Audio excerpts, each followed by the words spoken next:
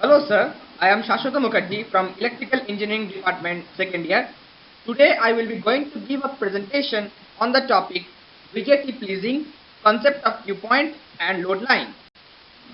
Now what is introduction to the BJT pleasing? Bipolar junction transistors are fundamental building blocks in modern electronics, enabling the design of amplifiers, switches and a wide range of other crucial circuits. This introduction will explore the key principles and applications of these versatile semiconductor devices. It is a current control device. The three terminals of the BJT are the base, the collector and the emitter. A signal of the small amplitude applied to the base is available in the amplified form at the collector of the transistor. This is the amplification provided by BJT. Note that it requires an external source of DC power supply to carry out the amplification process. Now we come to biasing circuits for BJTs. First, a biasing circuit for a bipolar junction transistor stabilizes the transistor's operating point by using DC voltages to establish a fixed level of current and voltage. This helps to reduce the effect of temperature, voltage change and device variability on transistor's gain, base emitter voltage and leakage current. The goal of biasing is to set the transistor's operating point in the active region so that it can faithfully amplify signals. First, we need to establish the quiescent point of the Q point.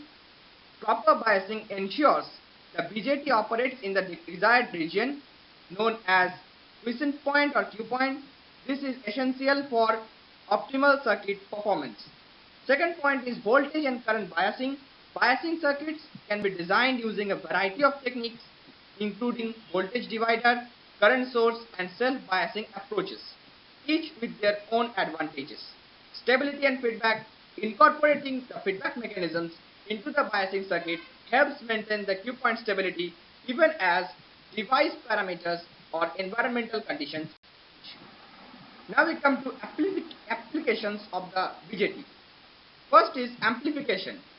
Bipolar junction transistors excel at amplifying small signals for audio, radio and other analog circuits. Switching. The BJT's ability to switch between on and off states its use in digital logics and power control and timing applications. Third is power management. BJTs are employed in power supplies, motor controls and other higher power circuits, leveraging their capacity to handle significant current and voltage levels. Besides those, BJTs can also be used as detectors in demodulators, also as components of modulators and also in oscillators. Now we come to BJT circuit diagrams. First is the common emitter, the most widely used BJT configuration offering high gain and versatility in amplifier and switch applications. Common base provides excellent high frequency performance and current amplification often used in RF and high speed circuits.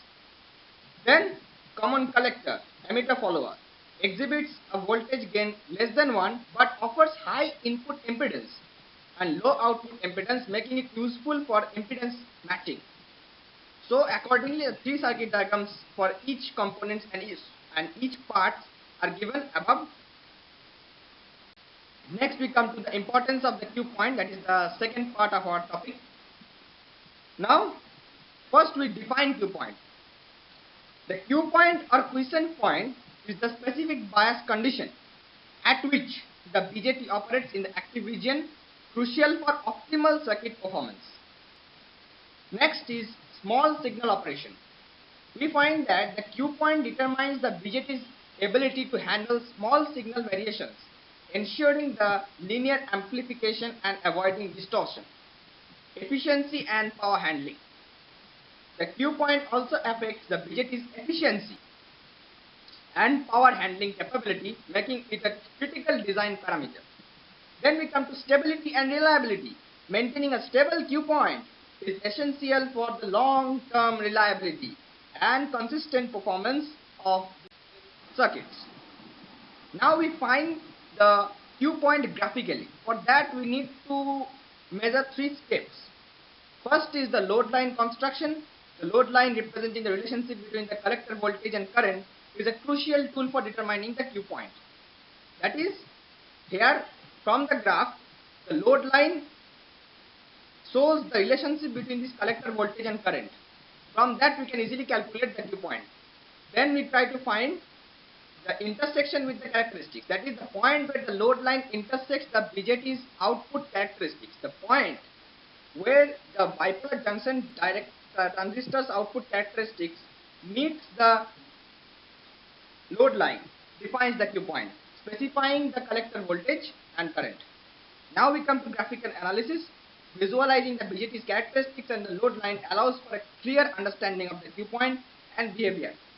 So accordingly we can give the input waveform, obtain the graph, and then finally calculate the output waveform from it. Now we find the factors affecting Q point. First is the biasing circuit design. Most important factor affecting the Q point is the choice of biasing components such as resistors, voltage current sources directly impacts Q point's location and stability. If any of these location changes, the Q point graph stability changes. Next we come to device characteristics. Variations in the BJT's parameters such as beta and saturation current can shift the Q point, necessitating the careful device selection. So we need to select the device with carefully in order to get a very stable Q point. Otherwise the Q point location may be shifted and consequences are given.